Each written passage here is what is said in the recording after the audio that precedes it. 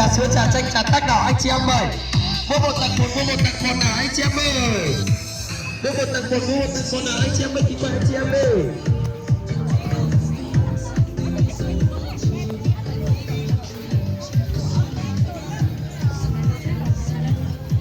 Siêu giảm giá về đây này, siêu giảm giá về đây này, trà sữa trà chanh trà tắc anh chị em ơi, siêu giảm giá hả?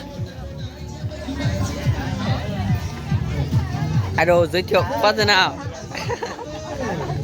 Cầm máy giờ. Cú tôi còn bia giờ. Sai. Quá chữa. Tôi chủ nằm mò, tôi chủ nước mò. Ai ít từ giờ. Đồ ta cho cô chủ quá. Ai đây từ giờ. Tôi bắt chặt. Cú nó các cô chỉ khó tại trong câu chỉ in tại tất cả. Anh nhỉ?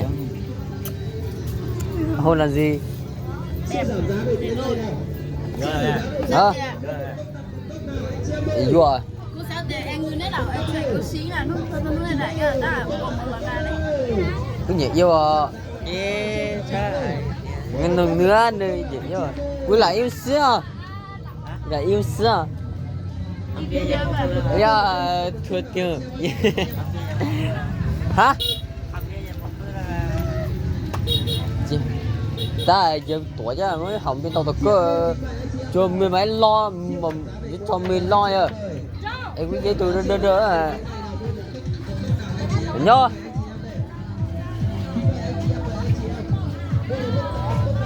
yeah yeah tiếp về đây uống nước miễn phí.